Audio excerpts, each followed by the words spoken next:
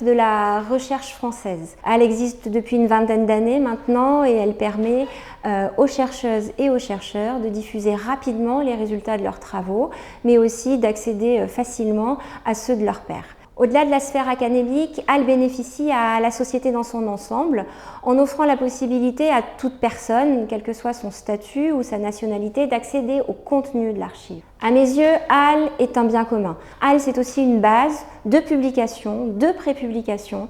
C'est un gisement de connaissances scientifiques qui est en croissance constante et qui fait l'objet d'une organisation et d'une régulation par un ensemble d'acteurs.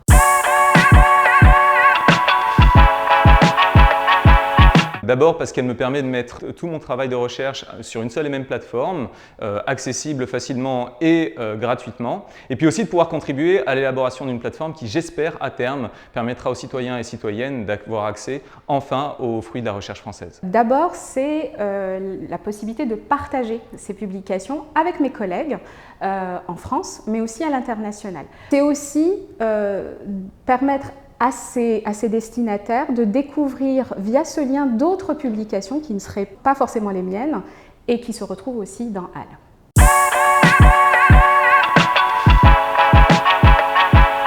HAL est très bien indexé via Google Scholar et on sait, et je sais que n'importe quel chercheur ou même étudiant qui fait une requête sur un moteur de recherche comme Google Scholar va avoir en premier résultat mes publications à partir de HAL en open access. Alors pour moi, d'abord ça m'a permis d'accroître la visibilité de mon travail, surtout au niveau national, mais aussi dans une certaine mesure internationale. Puis ensuite de rencontrer de nouveaux chercheurs et chercheuses, et en particulier des jeunes chercheurs et chercheuses qui peuvent plus facilement me contacter de cette façon-là pour pouvoir me poser des questions sur mon travail de recherche.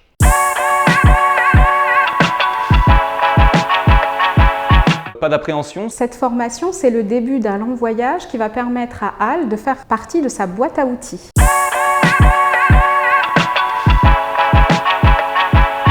Je pense que c'est un challenge accompli. Parce que c'était une étape dans ma carrière de chercheur que je suis ravi d'avoir pu la passer sur cet outil. Être formé au dépôt de HAL, c'est gagner du temps. Indispensable pour comprendre et connaître véritablement comment la communication scientifique fonctionne.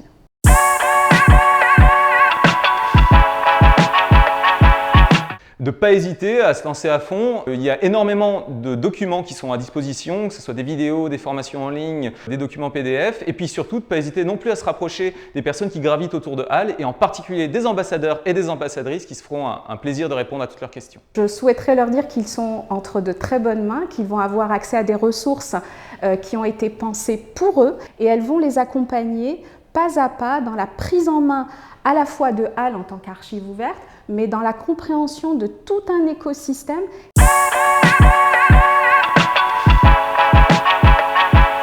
Pour moi, HAL, c'est la question de la visibilité et de la souveraineté. HAL est un véritable vecteur de rayonnement, de visibilité et d'impact à l'international. Un puits de savoir. Indispensable.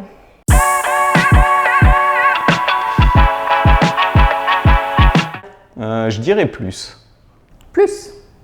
Plus de 1 million de documents scientifiques en texte intégral dans HAL. Et la croissance continue de tous les jours.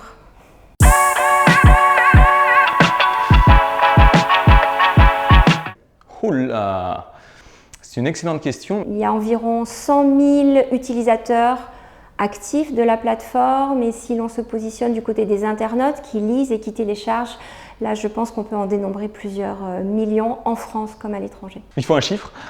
1 million de chercheurs. 5 millions de personnes. Ah, c'est pas moi cette fois-ci. On the road again.